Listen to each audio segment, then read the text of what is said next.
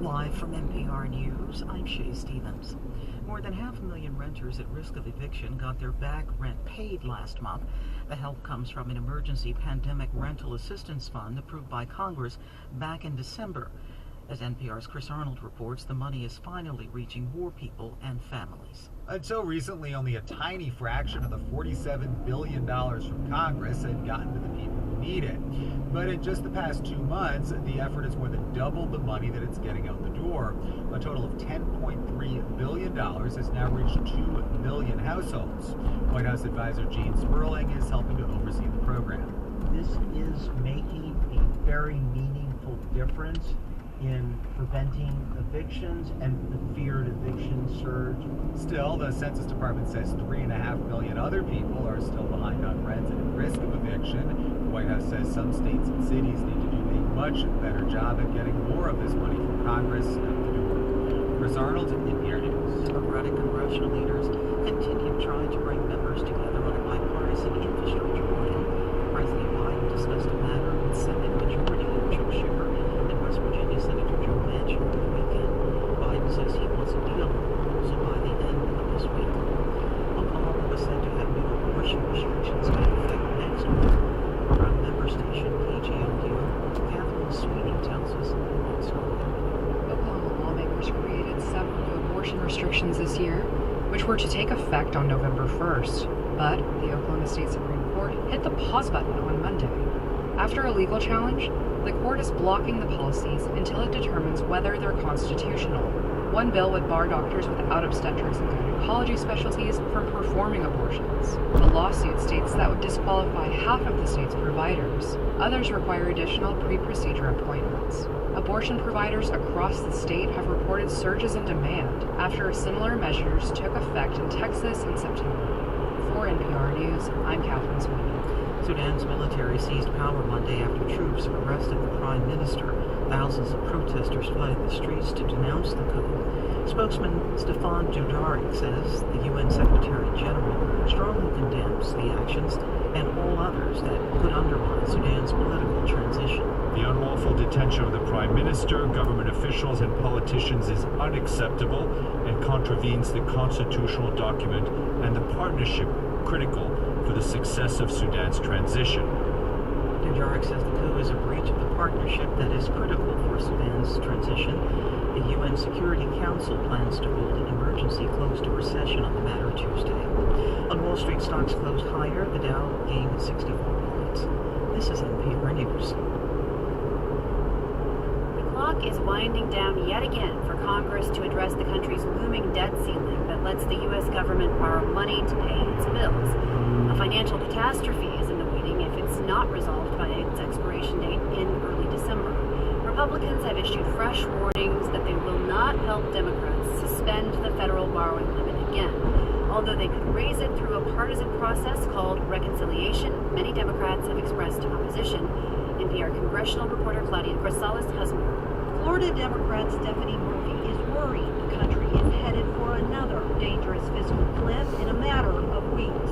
I'm disappointed that Republicans have not assisted Democrats in lifting the debt ceiling as we have done in previous administrations. Congress inched towards a debt default earlier this month as Democrats and Republicans were locked in a blame game. After all, the debt ceiling is about making sure that we can pay our bills, not about future spending. Republicans argue it actually is about Democrats' future spending, but the GOP, led by Senate Minority Leader Mitch McConnell, agreed to a temporary deal, putting off the deadline to early December. The majority didn't have a plan to prevent default, so we stepped forward. The battle is centered on the evenly divided Senate. That's where Democrats need at least 10 Republicans to lift the debt limit or find a creative workaround. President Biden has even hinted at doing away with that requirement, but moderates may not be on board. McConnell and other Republicans say a partisan legislative process known as reconciliation is the only way out. Now there'll be no question. They'll have plenty of time. Democrats are already using the reconciliation process to take up Biden's signature social spending bill, but many in the party remain opposed to using it for the debt limit too. Murphy remains one of the exceptions. I think if reconciliation is the only pathway available to us, then we should act on it, and we should act on it soon. Murphy may have gained a powerful ally on Sunday when House Speaker Nancy Pelosi on CNN's State of the Union conceded it could be an option. That's one path, but we're still hoping to have bipartisanship. Without it, many Democrats have argued reconciliation is too risky and they cannot trust Republicans to allow its complex process to move fast. The Republicans will try to sabotage it every chance they get, with hundreds of amendments probably. That's Hawaii Democratic Senator Mazie Hirono, one of many vocal opponents of using reconciliation. Just before the short-term deal was reached with Republicans, Hirono joined her colleagues in articulating the high levels of distrust with the GOP. They're probably just licking their lips at the prospect of screwing everybody over. They're good at that. But Republicans argue it can be done quickly. Alan Fruman is a former Senate parliamentarian, the chamber's referee who plays a key role in the reconciliation process. Fruman agrees that with cooperation, the debt limit could be addressed in a matter of days. Sure, this can be done in a week, if there's a political will in the Senate to do that. But Fruman warns it could still be an unpredictable and bumpy ride. For her part, Murphy is watching the battle closely and hoping for a resolution soon. She says possibly going it alone without Republican cooperation is a reality that Democrats must face. We are where we are, and we cannot play with the full faith and credit of the U.S. government. But without all Democrats on board, the threat of financial chaos will loom larger and raise pressures to reach a final deal with or without reconciliation. Claudia Grisales, NPR News, the Capitol.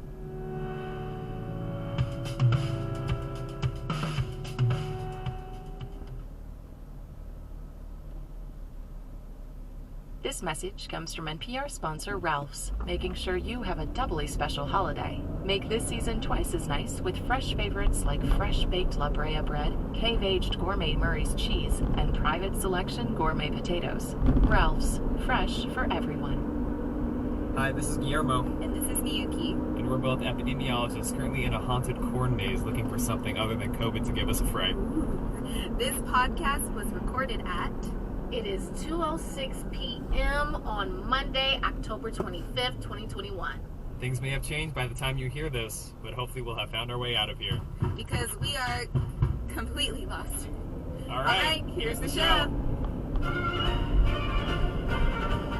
Oh, wow. We're going to get another timestamp from them saying, we're still here. Please help. Oh, no. Hey there, it's the NPR Politics Podcast. I'm Aisha Roscoe. I cover the White House.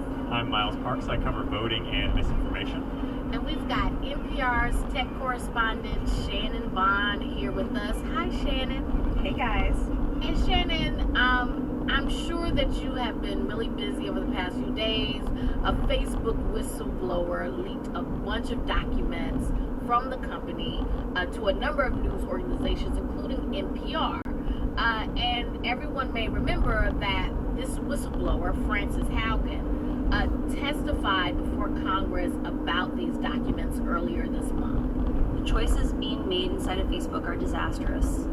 For our children, for our public safety, for our privacy, and for our democracy. And that is why we must demand Facebook make changes. When she testified, these documents had only been shared with a few reporters. Now they have been shared much more widely, and there are many thousands of pages that have now been reviewed by a number of outlets, and more is on the way. Shannon, can you start by just breaking down some of the major takeaways from these documents? Yeah, I mean, I'd say the sort of overall theme here is that Facebook employees, many Facebook employees, sort of as documented in internal research, in conversations on the company's internal message boards, just so much material here in this trove of documents from Haugen. It shows employees were aware of, and in many cases, ringing alarms about these destructive effects Facebook can have on its users and on the broader world. And this is really important. It's not just here in the US, it's around the globe. But these employees say, in large part, leadership has often resisted their efforts to make the platform safer. So whether that's slowing down the spread of misinformation, looking at the way people can become radicalized in groups, and foment these conspiracy theories like QAnon, and driving real-world violence in places like India, Ethiopia, Myanmar. It's a really damning portrait from inside the company of just how extensively Facebook sort of has been grappling with these problems, and at least as it's framed in these documents, the shortcomings in terms of how the company has actually responded to these problems. Facebook is this massive entity that is constantly chasing problems, often after they've already become so big that it's hard to get a real handle on them. I mean, Shannon and Bobby Allen had a story come out this week.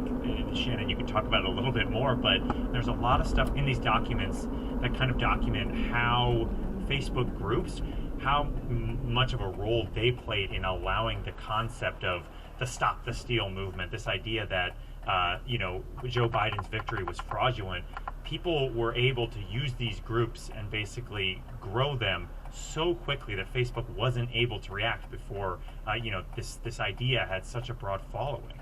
There's a whole section of these documents on kind of what the company was doing, both ahead of the election and then after the election, in the run-up to what happened on January 6th. And, frankly, Facebook spent years trying to make sure there was not a repeat of 2016, that there wasn't foreign interference.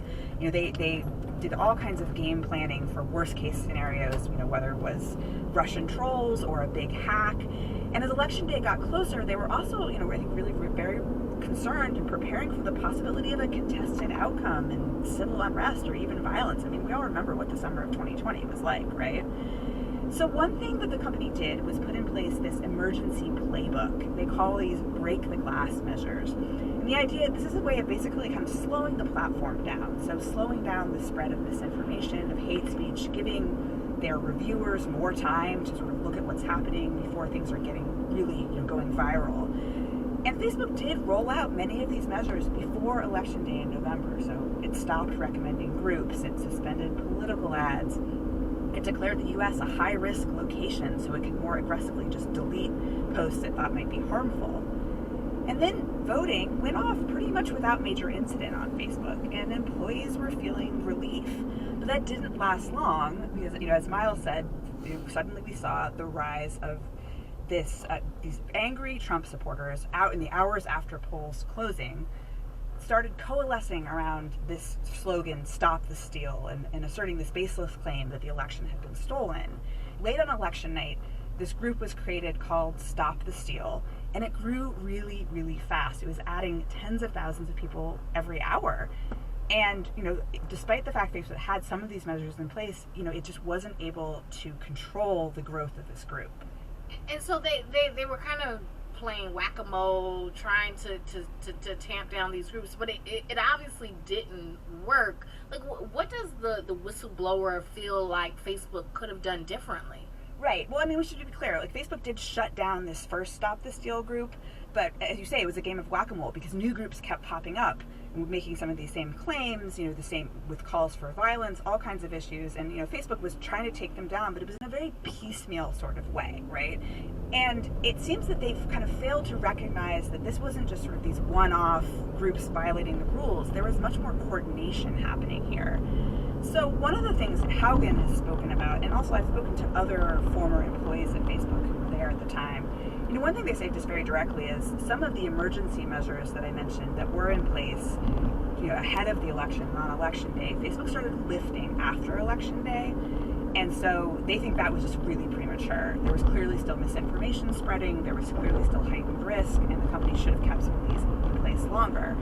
But there also sort of is a broader failure here that these employees, including Haugen, point to, which is that Facebook's own researchers have been warning for years that some of the very core ways that make Facebook Facebook, right, the emphasis on groups that we've seen grow in recent years, the way its recommendations work, right, where it tells you, you think you're going to be interested in joining this group, you think you're going to be interested in this post, and the way posts can go quickly viral, has real risks that the company just haven't addressed.